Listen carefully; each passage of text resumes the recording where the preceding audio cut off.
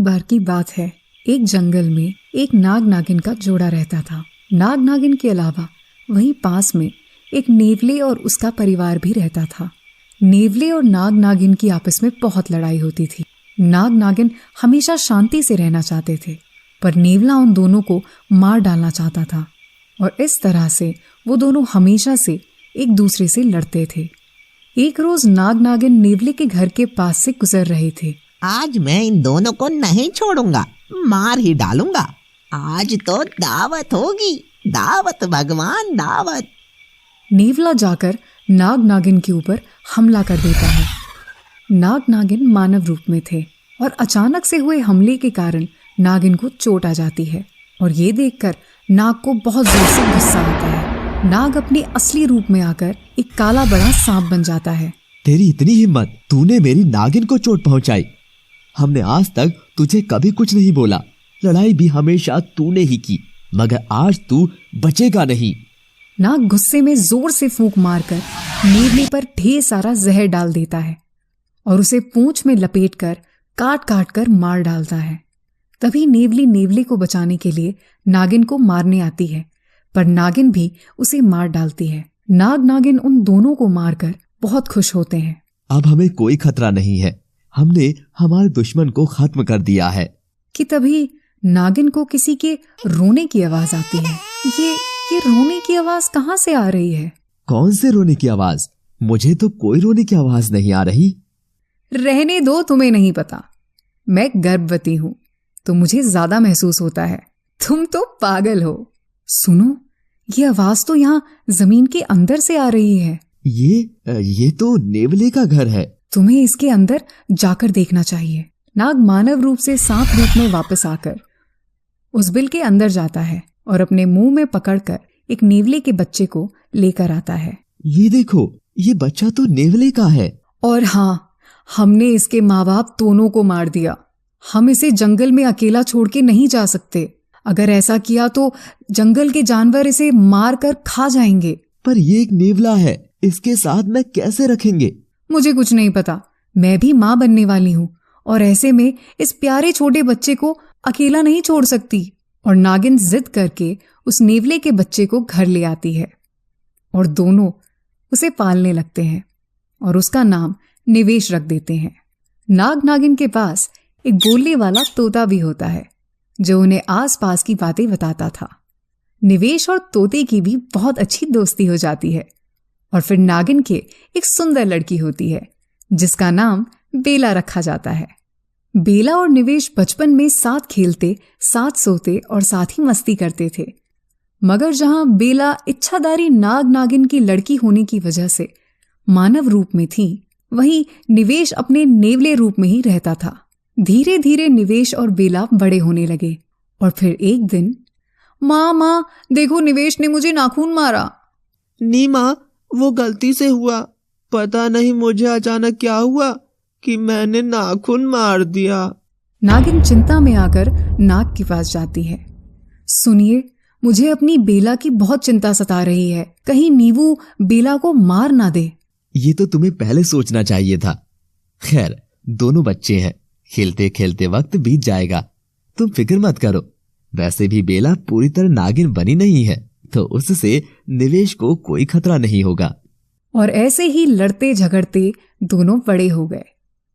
जंगल में बेला अपने खुले बालों को लहराते हुए दौड़ती तो निवेश भी उसके पीछे पीछे दौड़ने लगता।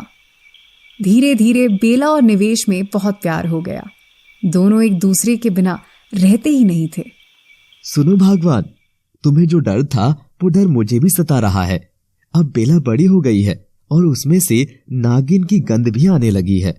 निवेश कभी कभी उसे चोट पहुंचा सकता है। हाँ, तो अब हमें क्या करना चाहिए? हमें निवेश की परीक्षा लेनी चाहिए। नाग नागिन जंगल से दूर जाने का नाटक करते हैं और निवेश और बेला को अकेला छोड़ देते हैं और अपने तोते को उन पर नजर रखने के लिए कहते हैं। निवेश और बेला एक पेड़ के नीचे बैठे रहते हैं। बेला, क्या तुम भी मुझसे उतना ही प्रेम करती हो जितना मैं? हाँ, मैं तो बहुत प्रेम करती हूँ।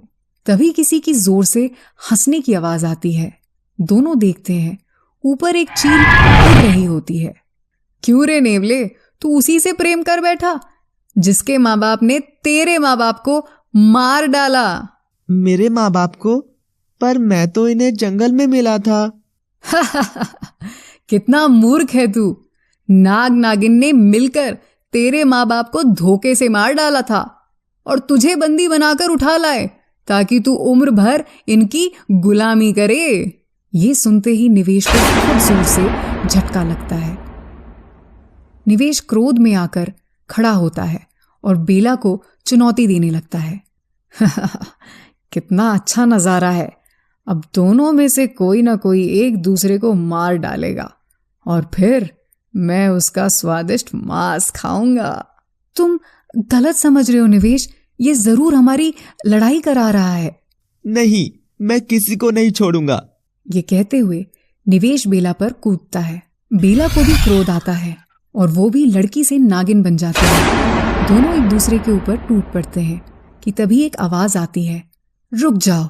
सामने नाग नागिन का तोता बैठा होता है। तुम दोनों ऐसे नहीं लड़ सकते हो। नहीं, इसने मुझ पर हाथ उठाया, मैं इसे नहीं छोड़ूंगी। तुम्हें दिखाई नहीं देता? वो शैतान चील तुम दोनों की आपस में लड़ाई कराना चाह रहा है। क्योंकि तोते के पास भी जादुई शक्तियां थी तो वो नीवू को जादू से उस दिन का दृश्य दिखाता है। ये मैं क्या अनर्थ कर रहा था? मेरे दुष्ट माँ बाप ने जो गलत किया था मैं भी वही कर रहा था। नहीं, यही मेरा परिवार है। निवेश बेला को उठाता है। बेला नागिन रूप में ही थी और माफी मांगता है। निवेश एक पत्थर उठाकर चील की ओर फेंकता है जो उसे जाकर लग जाता है और वो डर के मारे उड़कर दूर चला जाता है। हे नाग देवता, मैं एक नेवला हूँ। मैं जानता हूँ एक नाग परिवार के साथ रहना मेरे जीवन के लिए बहुत मुश्किल है, किंतु अगर मैं मेरे इस परिवार के लिए जरा सा भी खतरा हूँ तो आप स्वयं मुझे मार डालें। ये सुनते ही बेला दौड़ कर आकर नीवू को उठाकर सीने से लगा लेती है। नहीं निवेश, मैं तुमसे बहुत प्यार करती हूँ।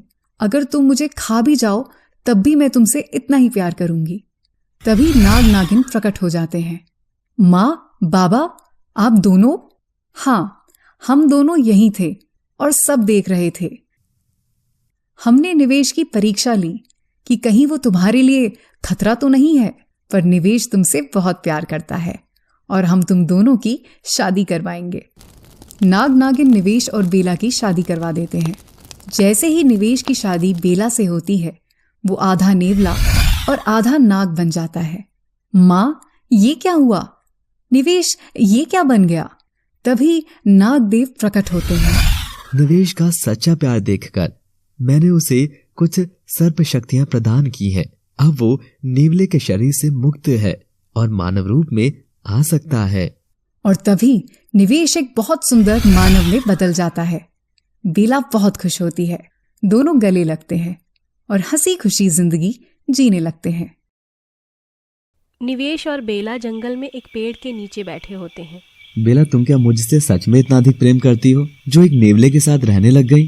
अरे पागल, ये भी कोई पूछने की बात है? हम दोनों का बचपन एक साथ बीता है। मुझसे ज्यादा तुम्हें कौन प्यार करेगा? पर अगर कभी ऐसा हुआ कि मेरे अंदर का नेवला तुम्हें मार डाले तो? बेला सोच में पड़ जाती है और फिर जोर से हंसने लगती है। ये तुम ऐसी बहकी बहकी बातें क्यों कर रहे हो? ऐसा जरूरी नहीं कि तुम भी तुम्हारे माँ बाप जैसे निकलो। और दोनों एक दूसरे को गले लगा लेते हैं। तभी बेला चौंक कर निवेश से दूर हो जाती है। क्या हुआ बेला, तुम ठीक तो हो ना? मुझे ऐसा लगा जैसे कोई छुपकर हमें देख रहा हो। नहीं, ये जरूर तुम्हारा वहम होगा। यहाँ कोई नहीं है। दोनों घर वापस चले जाते हैं। तभी पेड़ के पीछे से एक और नेवला बाहर आता है। वो असल में कोई नेवली थी। कितने खुश लग रहे हैं दोनों, पर मैं इन्हें खुश रहने नहीं दूंगी। मुझे बदला तो लेना ही होगा। नेवली एक तांत्रिक के पास जाती है। ऐ शक्तिशाली बाबा, मेरी मदद करो। कौन हो तुम और मेरे पास क्यों आई हो? बाबा, मेरा नाम निव्या है। मैं उन्हीं नेवला और नेवली की बेटी हूँ जिन्हें उन दुष्ट नाग नागिन ने मिलकर मार डाला और मेरे परिवार का अंत कर दिया। तो तुम कैसे बच गई? जिस दिन मेरे माँ बाबा नाग नागिन से लड़ रहे थे, उसी रोज बाबा ने मुझे जंगल से दूर किसी काम से भेजा था। और जब मैं काम कर कर लौटी तो मैंने देखा कि वो दुष्ट नाग नागिन मेरे माँ बाबा को मार रहे हैं। मैं उन्हें बचाना चाहती थी, पर मुझे मेरे बाबा ने भाग जाने का इशारा कर दिया। तो अब मुझसे क्या चाहती हो? उस चालाक परिवार ने पहले मेरे माँ बाबा को मारा और फिर मेरे ही छोटे भाई निवेश को भी काबू में कर लिया।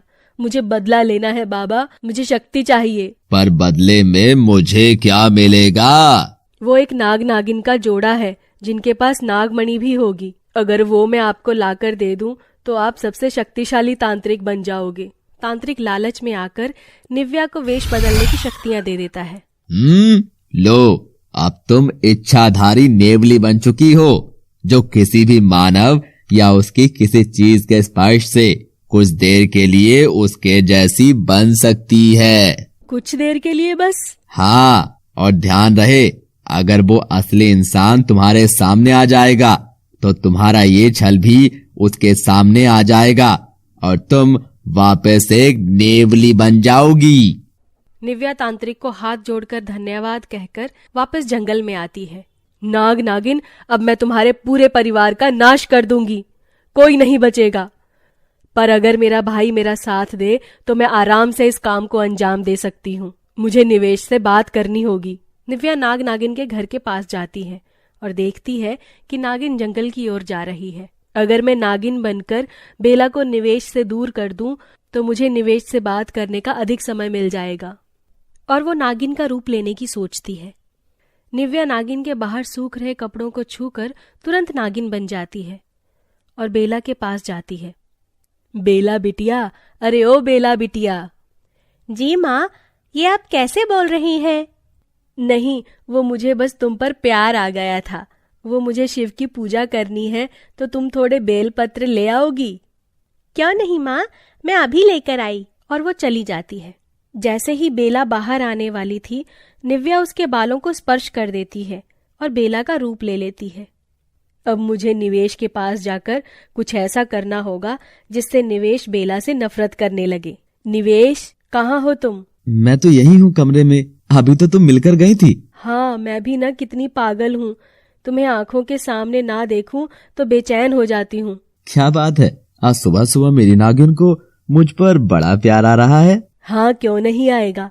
हम दोनों को मिलाया भी नियति नहीं है। ना मेरे माँ बाबा तुम्हारे माँ बाबा को इतनी बुरी तरह से मारते और ना तुम यहाँ होते, नहीं तो मैं भी सबका काम तमाम कर चुकी होती।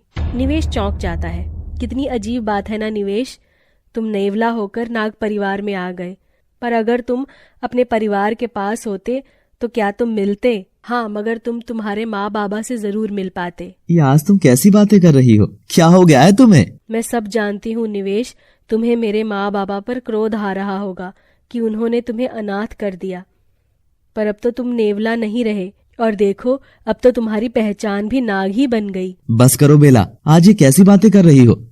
मैं उन सब चीजों के बारे में नहीं सोचना चाहता। मेरा परिवार बस यही है और कोई नहीं है, और मैं नेवला ही हूँ, यही मेरी पहचान है। निव्या बेला को जंगल से लौटकर आता हुआ देख लेती है। हाँ, जानती हूँ, आज के बाद मैं कभी इस बात का जिक्र नहीं करूंगी और तुम भी भूल जाना कि मैंने कभी ऐसा कुछ कहा था। और वो बाहर आ जाती है। बेला बेलपत्र के पत्ते अपनी माँ को देने जाती है तो देखती है वहां पर तो कोई नहीं था और वो पत्ते रखकर चली जाती है। निव्या दूर जाकर नेवली के रूप में आ जाती है और आगे की तरकीब बनाती है।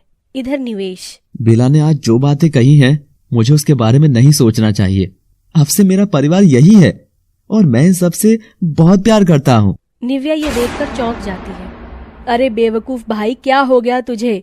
तुझे तो तेरे माँ बाप की मौत का बदला लेना चाहिए था, पर अब मुझे ही कुछ करना होगा। निव्या इस बार निवेश का वेश बदलकर बेला के पास जाती है और बेला की पीठ पर नाखून से घाव बना देती है। ये तुम क्या कर रहे हो निवेश? मुझे मार क्यों रहे हो? वो सुबह जो तुम बकवास कर रही थी ना, ये उसी का बदला है। कैसी बकवास? अब तुम्हें मेरी बातें बकवास लगने लगी? तेवर तो देखो तुम्हारे। मैं कैसे भूल गया कि तुम आखिर हो तो उनकी ही बेटी जिन्होंने मेरे माँ बाप को मिलकर मार डाला था। तभी कमरे में नागिन आ जाती है। क्योंकि निवेश भी नेवला था और निव्या भी, इसलिए कोई भी नेवले की गंध को पहचान नहीं पाते। माँ देखो, इसने क्या किया और ये कैसी बातें कर रहा है, मुझे डर लग रहा है माँ। मेरा बस चले तो मैं तो तुम्हें खा जाऊं, पर वो बस तुमसे प्यार करता हूँ ना, तो कुछ करता नहीं हूँ। ये देखकर नागिन निवेश को वहाँ से भगा देती है और बेला भी नाराज हो जाती है। तभी असली निवेश घर आता है। बेला, ये देखो, मैं तुम्हारे लिए फूल लाया हूँ, तुम्हें पसंद है ना? बेला और नागिन दोनों ही निवेश से बात नहीं करते। मुझे तुमसे कोई बात नहीं करनी, तुम जाओ यहाँ से। निवेश को कुछ समझ नहीं आता और वो चला जाता है। निव्या ऐसे ही धीरे धीरे निवेश और बेला के बीच में दूरियां पैदा कर देती है। कभी निव्या निवेश बनकर बेला को मारती थी तो कभी निव्या बेला बनकर निवेश की ओर जहर फेंकती है। दोनों में लड़ाइयां शुरू होने लगी थी। नाग नागिन को कुछ बहुत अजीब लगता है। सुनिए, आपको क्या लगता है कि हमारा निवेश अपनी बेला के साथ ऐसा कुछ क्यों कर रहा है? नहीं, मुझे ऐसा नहीं लगता है। कुछ तो बहुत गड़बड़ चल रहा है जो हमें नजर नहीं आ रहा है। स्वामी, हमें इसका पता लगाना बहुत जरूरी है, नहीं तो ऐसा ही रहा तो बेला और निवेश एक दूसरे का खून कर देंगे। निव्या ये सब छुपकर सुन रही थी और उसे नाग नागिन का घर बर्बाद होता देखकर बहुत खुशी हो रही थी।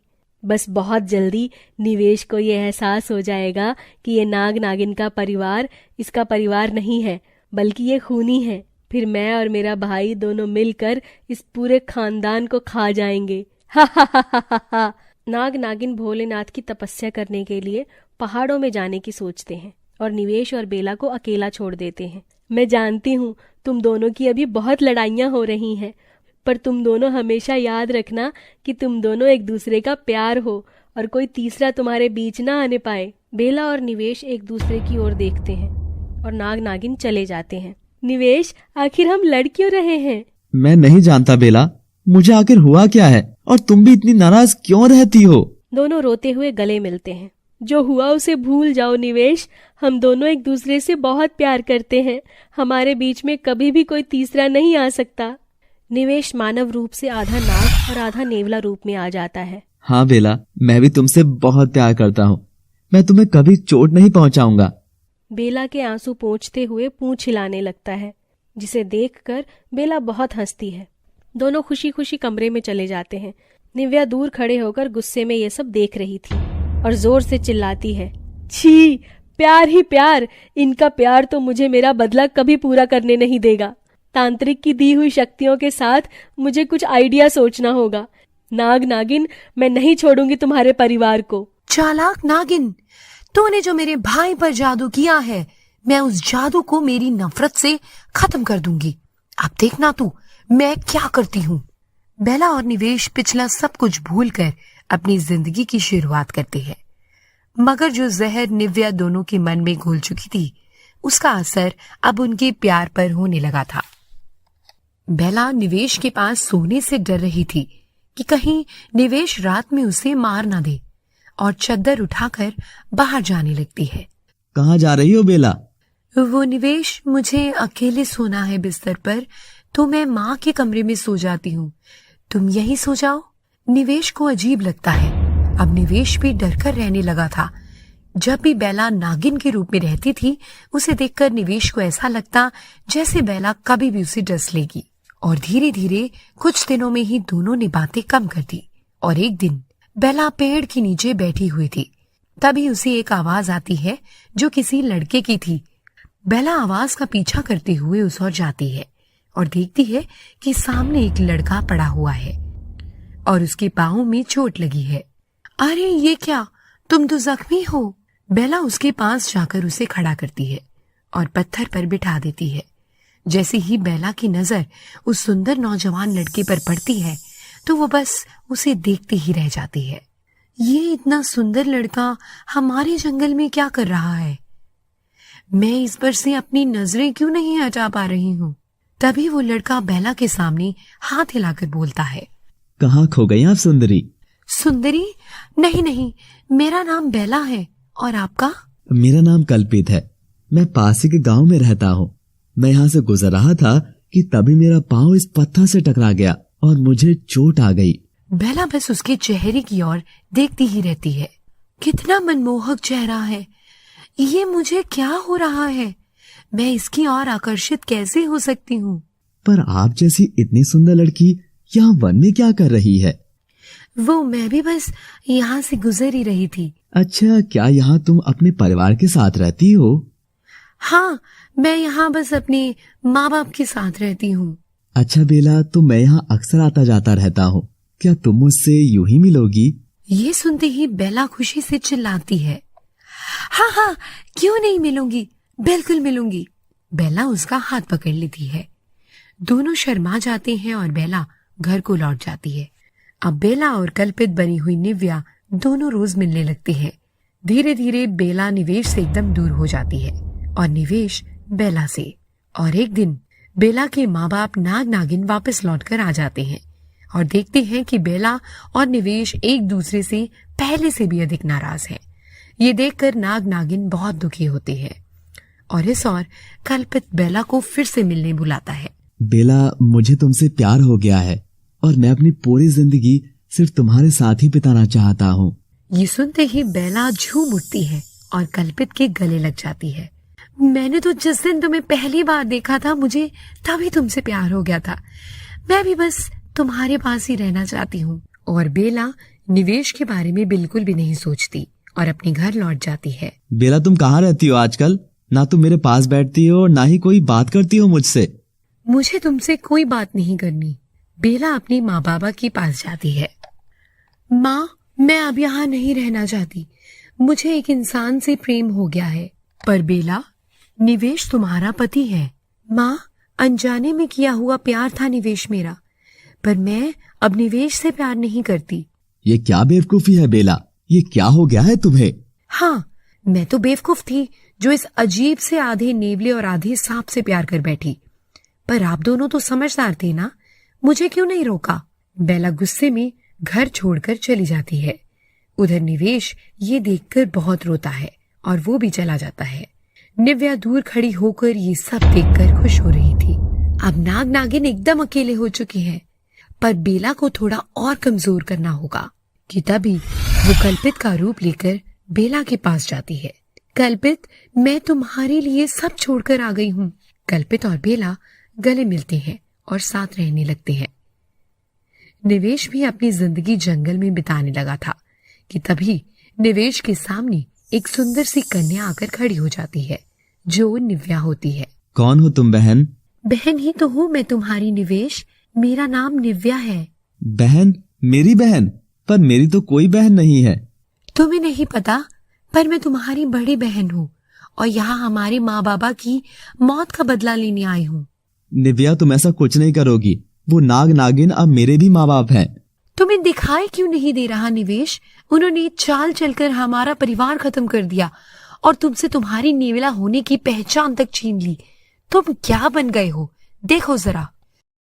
निवेश पानी में खुद को आधा नेवला और आधा सांप बना देखता है और उसे क्रोध आ जाता है। तुम ठीक कह रही हो, आखिर अपना तो अपना ही होता है। मैं इतने दिन से यहाँ भटक रहा हूँ, पर मुझे लेने कोई नहीं आया। आओ दीदी, हम दोनों मिलकर उन्हें सबक सिखाते हैं। निव्या निवेश को अपनी ओर कर कर बहुत खुश होती है। उधर कल्पित बनी निव्या बेला से बदला लेने की धुन में इतनी पागल हो जाती है कि ये भूल जाती है कि उसके पास मानव रूप लेने की शक्तियां बहुत निश्चित समय के लिए है। निव्या रात में सोने से पहले कल्पित बन जाती और बेला के सोने के बाद वापस नेवली बन जाती। फिर सुबह होने से पहले फिर से मानव रूप लेकर काम का बहाना लेकर चली जाती थी। कुछ दिन यूं ही बीतते गए। एक रोज बेला की आंख रात में ही खुल जाती है और वो देखती है कि उसके बगल में कल्पित नहीं है, मगर किसी जानवर के बाल पड़े हैं। बेला उन बालों को उठाकर सूंघती है और फिर सो जाती है। अगले दिन निव्या निवेश के साथ मिलकर नाग नागिन के घर पर हमला करने के लिए जाती है। निव्या जैसे ही उनके घर पर हमला करती है, सामने से बेला आकर नागिन रूप में खड़ी हो जाती है। बेला, तुम? पर तुम्हें तो मैंने दूर भेज दिया था। हा हा हा हा हा। क्यों नेवली, तुम्हें लगा था तुम ही हमारे साथ खेल खेल रही थी? असल में तुम कभी जान ही नहीं सकी, जो भी हो रहा था वो हमारी मर्जी से हो रहा था। जब हम दोनों बहुत परेशान थे और तपस्या करने के बहाने से घर से दूर गए थे, तभी उन्होंने एक तरकीब बताई थी और मन की शक्ति से इन सब के पीछे कौन है ये पता लगाया। तुम्हें क्या लगा मूर्ख लड़की, हमें कुछ पता नहीं है? हम यहीं छुपकर तुम्हारी सारी हरकतें देख रहे थे। तभी निवेश भी निव्या की ओर से हटकर बेला के पास खड़ा होकर आधा नेवला और आधा नाग बन जाता है। निवेश, तुम भी? हाँ, मैं तो उसी दिन समझ गया था जब तुमने बेला को बेलपत्र लेने भेजा था और खुद बेला बन गई थी। पर कैसे? क्योंकि मेरी माँ मुझे कभी बेल पत्र के पत्ते लेने नहीं भेजती है। बचपन में वहां एक शिकारी ने मुझे पकड़ लिया था, तभी से मेरी माँ मुझे उस जगह से दूर रखती है। और फिर धीरे धीरे हम सभी तुम्हारी हरकत समझ गए थे। इतना सुनते ही सब हंसने लगते हैं। निव्या को बहुत जोर से क्रोध आता है, पर मैं फिर भी तुम सबको मार डालूंगी। तभी बेला अपने हाथ में कुछ रखती है और नागिन उस पर मंत्र जाप करती है। ये तुम क्या कर रही हो मायावी नागिन? मायावी तो तू है जो किसी तांत्रिक की उधार की शक्तियों पर गुरूर कर रही है। ये तेरी उन्हीं शक्तियों का इलाज है। तुझे क्या लगा मुझे पता नहीं था कि तू कोई कल्पित नहीं बल्कि वही नेवली है जो मुझे मेरे निवेश से दूर करना चाह रही थी। उस दिन जब तू मानव रूप छोड़कर असली रूप में आई थी, तब मैंने तेरे बिस्तर से तेरे मायावी बालों को उठाकर रख लिया था। मुझे माँ बाबा ने तेरी इन शक्तियों का तोड़ लेने के लिए ही तेरे पीछे भेजा था और मैंने वो सब प्यार का नाटक किया। हा हा हा हा हा हा। और नागिन उन बालों पर तुरंत मंत्र फूंकती है। निव्या का मानव रूप जलने लगता है और वो वापस नेवली के रूप में आ जाती है। तभी निव्या जोर से छलांग मारते हुए बेला के ऊपर हमला करती है कि तभी निवेश सामने खड़ा हो जाता है। तुम मेरी बहन जरूर हो, मगर इस बात को तुम्हारा मान लेना बहुत जरूरी है कि हमारे माँ बाप ही दुष्ट थे, ये लोग नहीं, इसलिए उन्हें ऐसी मौत मिली। तभी नाग अपनी चमत्कारी मणि की ताकत से निव्या को पाताल में भेज देता है। ऐसा मत सोचना कि मैं तुम लोगों से हार गई, पर मैं वापस जरूर आऊंगी। मेरा बदला अभी पूरा नहीं हुआ है। नेवली चिल्लाती हुई पाताल में कैद हो जाती है। बेला चलो, अब हमने नाटक आखिरकार खत्म कर ही दिया, अब हम वापस से खुशी खुशी रहेंगे। बेला निवेश को गले लगाती है। मुझे तो उस दिन सच में ऐसा लगा था कि कहीं तुम्हारा दिल मेरी बहन के उस सुंदर लड़के वाले रूप पर सच में तो नहीं आ गया। मैं सच में बहुत डर गया था। पर बाबा, आपके पास नागमणि है, ये आपने मुझे पहले कभी नहीं बताया। हाँ, बेला को बताइए आप। बेला, हम जंगल में रहते जरूर हैं, पर मैं कोई मामूली नाग नहीं हूँ। इसके पीछे एक बहुत लंबी कहानी है। कहानी? अरे वाह बाबा, सुनाइए ना कहानी। इतने बड़े नाटक के बाद एक कहानी तो सुना ही दीजिए। बेला और निवेश बहुत खुश होते हैं। ये उस समय की बात है जब मैं तुम्हारी माँ से बस मिला ही था। बाबा सुनाइए ना कहानी, आपके और माँ की। हाँ माँ, आप ही बता दो कैसे आप दोनों मिले और ये नागमणि कैसे आई। ये उस समय की बात है जब मैं तुम्हारी माँ से बस मिला ही था। नाग का नाम राघव था और नागिन का मंजरी। मैं नागलोक के राजा का छोटा बेटा था। क्या नागलोक के राजा मेरे दादा हैं? हाँ, मुझसे बड़ा मेरा भाई केशव और मुझ में अक्सर झगड़े होते थे। केशव की नजर हमेशा नागराज की मणि पर ही रहती थी और मुझे बात पता थी। एक दिन बाबा ने हम दोनों को बुलाया और कहा कि अगर मेरी नागमणि को प्राप्त करना चाहते हो तो उसके बदले में तुम्हें अपने प्यार की बलि देकर मेरे पास लाना होगा और बदले में ये नागमणि उसी की। पर पिताजी, मैं तो किसी से प्रेम नहीं करता। अब तुम्हें मणि के लिए प्रेम करना भी सीखना होगा मेरे बच्चे। और मैं और केशव नागलोक से पृथ्वीलोक पर आ गए, इसी जंगल में। और बस फिर ये मेरी जिंदगी में आए। वो कैसे बाबा? मैं और केशव एक ऐसी चीज को तलाश करने लगे जिससे हम प्रेम कर सकें। राघव और केशव दो अलग अलग दिशाओं में चले गए और प्रेम की तलाश करने लगे। क्या है ये प्रेम, कहाँ मिलेगा? मुझे जल्दी से किसी को ढूंढकर झूठा प्रेम करना होगा और फिर उसे मारकर मैं वो नागमणि को हासिल कर लूंगा। इधर राघव चलते चलते एक नदी के किनारे आ जाता है और देखता है सामने एक लड़की गीले बालों को सुखा रही है। इतनी सुंदर कन्या, इस कन्या को तो देखकर कोई भी प्रेम कर ले। राघव कन्या के पास जाता है। हे सुंदरी, आपका नाम क्या है? मेरा नाम मंजरी है। मंजरी, जितना सुंदर नाम उतनी ही सुंदर तुम्हारी ये आंखें हैं, बिल्कुल नदी के शांत पानी के समान। शुक्रिया आपका। पर वैसे आप हैं कौन? इस जंगल में आज से पहले इतने नौजवान लड़के को नहीं देखा। मैं राघव हूँ, पास ही के गांव से आया हूँ। मैंने सुना है यहाँ बहुत सुंदर हिरन है, उसी को देखने। पर मुझे किसी ने नहीं बताया कि यहाँ एक बहुत ही सुंदर लड़की भी रहती है। मंजरी ये सुनकर मुस्कुरा देती है। तुम कहाँ रहती हो मंजरी? मेरा घर तो यही नदी के पास है। मैं भी अब से यहीं रहूंगा। क्या तुम मुझसे मिलोगी? राघव और मंजरी की एक दूसरे से नजर मिलती है और मंजरी मुस्कुराकर चली जाती है और राघव भी वहाँ से चला जाता है। अब राघव वहाँ रोज आने लगा और मंजरी और राघव एक दूसरे से मिलने लगे। एक दिन राघव ने मंजरी के करीब जाकर बोला, मंजरी, मैं तुमसे सच में बहुत प्रेम करने लगा हूँ। मैं भी तुमसे प्रेम करती हूँ राघव। राघव और मंजरी गले मिलते हैं। जैसे ही राघव मंजरी को छूता है, मंजरी नेवली में बदल जाती है। राघव ये देखकर चौंक जाता है। ये क्या? कौन हो तुम? और मेरी मंजरी कहाँ गई? मंजरी वापस मानव रूप में आती है। मैं इच्छाधारी नेवली हूँ। मैं लड़की का भी रूप ले सकती हूँ, पर मुझे यह समझ नहीं आया कि मैं आखिर नेवली रूप में आई कैसे। मेरी सुंदरता की वजह से सब मुझे पाना चाहते थे, जिसमें सर्प जाति भी मुझसे विवाह करना चाहती थी, किंतु नेवला और सांप कभी भी एक नहीं हो सकते। इसलिए ही मुझे श्राप मिला हुआ है कि यदि कोई नाग मुझे छुएगा तो मैं अपने नेवली रूप में आ जाऊंगी। ये सुनते ही राघव के होश उड़ गए। मैंने तुमसे झूठ बोला था मंजरी। मैं नागलोक के राजा नागराज का छोटा बेटा राघव हूँ। तो तुम सिर्फ उस नागमणि के लालच में मुझसे झूठा प्रेम करने का नाटक कर रहे थे और मुझे मारना चाहते थे? नहीं मंजरी, ऐसा नहीं है। मैं तुमसे सच में प्रेम करने लगा हूँ, बहुत प्रेम। एक नाग और नेवली कभी भी एक नहीं हो सकते हैं। बेहतर होगा तुम मुझे मार ही दो।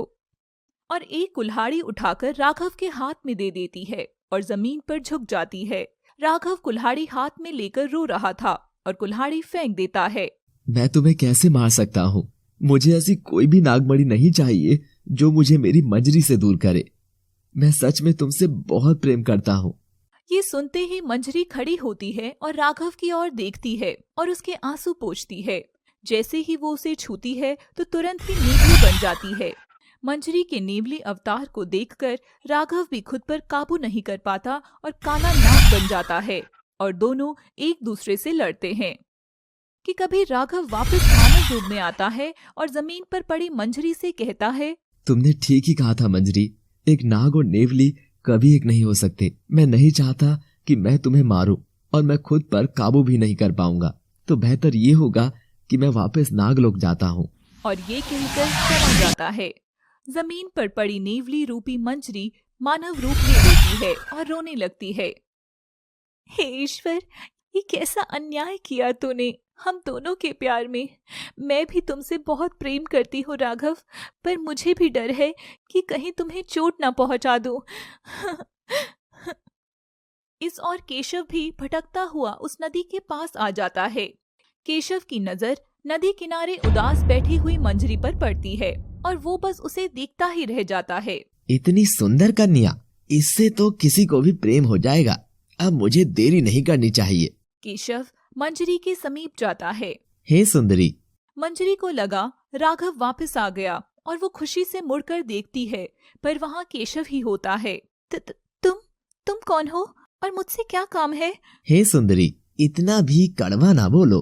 ये सुंदरी सुंदरी क्या लगा रखा है? जाओ यहाँ से, मुझे बात नहीं करनी। इतने नखरे तुम्हारे। अब तो तुम ही मेरी उस नागमणि तक पहुँचने का जरिया हो सुंदरी। क्या कहा? नागमणि? कौन हो तुम? केशव पास में रखी कुल्हाड़ी को उठाता है और मंजरी की ओर ले जाकर कहता है, मुझे तुमसे पहली नजर में ही प्रेम हो गया और अब तुम मुझे वो नागमणि दिलवाओगी। और यूं बोलते हुए बिना कुछ सुने ही मंजरी को कुल्हाड़ी से काट देता है और मंजरी को उठाकर नागलोक ले जाता है। इधर नागलोक में नागराज और राघव के बीच बातचीत चल रही होती है। लगता है तुम्हें उस नागमणि से प्रेम नहीं है जो तुम प्रेम का बलिदान नहीं दे सके। पिताजी, मुझे नागमणि से कहीं ज्यादा मेरे प्रेम से प्यार था, जिसे मैं अपने हाथों से नहीं मार सकता था। कि तभी केशव प्रवेश करता है और जोर से चिल्लाता है, पिताजी देखिए, मैंने अपने प्रेम की बलि दे दी। और मंजरी को ले जाकर नागराज के पांव में रख देता है। राघव जैसे ही लड़की को देखता है अपना होश खो देता है। राघव मंजरी के पास बैठकर जोर जोर से रोते हुए, हे नागदेव, ये कैसा अनर्थ हो गया। मेरी मंजरी, तुम नहीं मर सकती। भाई, ये तुमने क्या किया? जिस प्यार की जान बचाने के लिए मैंने मणि तुम्हारे हवाले करने की सोची, और तुमने मेरे उसी प्यार को मार डाला। कैसा तुम्हारा प्रेम? मुझे तो पहली नजर में ही ये पसंद आ गई और मैंने कुल्हाड़ी उठाकर इसे मार डाला। कि तभी मंजरी का शरीर नेवले में बदल जाता है। ये देखकर केशव और नागराज चौंक जाते हैं। नागराज केशव को चुप करते हुए कहते हैं, ये क्या? ये तो एक इच्छाधारी नेवली थी। राघव, तुम्हें एक नेवली से प्रेम हुआ है? पिताजी, मैंने तो कहा था कि ये इस नागमणि के लायक ही नहीं है, गद्दार है ये। हाँ पिताजी, मंजरी एक नेवली है, पर मुझे इससे फर्क नहीं पड़ता। मैं उसे बचाने के लिए उससे दूर भी जा सकता हूं। मैं सच में इससे प्रेम करने लगा था भाई, सच में। पिताजी, लाइए मेरी नागमणि। और राघव के पास जाकर, बेवकूफ, मैंने वो बात ये देखने के लिए कही थी कि नागमणि का लालच क्या तुम दोनों से किसी मासूम की बलि दिलवा सकता है। राघव, तुम इस परीक्षा में सफल हो चुके हो। मन के प्रेम से बड़ा कोई प्रेम नहीं है, किसी नागमणि का भी नहीं। और केशव को नागलोक से निकाल देता है। ऐसी सफलता किस काम की पिताजी, जिसमें मैंने अपनी मंजरी को खो दिया। फिक्र मत करो बेटा, तुम्हारी मंजरी ठीक हो जाएगी। और नागराज उस नागमणि को मंजरी के सर पर लगा देते हैं। जैसे ही नागमणि मंजरी को छूती है, मंजरी लड़की के रूप में जिंदा हो जाती है। राघव, मैं यहाँ कैसे? राघव मंजरी को सारी बात बताता है और उसके पास जाकर उसका हाथ थामता है। जैसे ही राघव मंजरी को छूता है, वो वापस से नेवली रूप में आ जाती है। ये देखकर नागराज मंजरी को आशीर्वाद देकर उस श्राप से मुक्त कर देते हैं और तभी नागदेव प्रकट हो जाते हैं। सभी नागदेव को प्रणाम करते हैं। राघव, तुमने नागलोक का मान रखा है, इसीलिए मैं मंजरी को नाग शक्तियां प्रदान करता हूँ। और गायब हो जाते हैं और फिर मंजरी नागिन रूप में आ जाती है। ये देखते ही राघव खुशी से मंजरी को गले लगा लेता है, नागराज नागमणि मंजरी को देते हुए। ये नागमणि तुम्हारे नागिन रूप को समय के साथ और मजबूत करेगी, मगर ध्यान रहे, तुम्हारे नेवली का बस रूप तुमसे अलग हुआ है, पर नेवली के गुण नहीं। और मंजरी और राघव खुश होकर जमीन पर आ जाते हैं। माँ, आप नेवली हैं? हाँ बेटा, नागिन रूप से पहले मैं नेवली ही थी और निवेश के माँ बाबा मेरे बहुत अच्छे दोस्त थे, इसलिए उस दिन जंगल में निवेश को मैं छोड़ नहीं सकी। ये सुनकर निवेश बहुत चौंक जाता है। पृथ्वी लोक पर आने पर जब एक दिन मैं उन लोगों से मिलने गई थी। आ गई गद्दार, हमारे दुश्मन से विवाह करके तूने हम नेवलों पे दाग लगा दिया है, चली जा यहाँ से। और ऐसे निवेश के माँ बाबा ने हमें दुश्मन मान लिया, पर मैं और तुम्हारे बाबा हर चीज से लड़ना जानते थे और अपनी जिंदगी खुशी खुशी जीने लगे। और फिर तुम दोनों मेरी जिंदगी में आए और हमारा परिवार पूरा हो गया। सब खुशी खुशी एक दूसरे को थामे हुए घर के अंदर चले जाते हैं।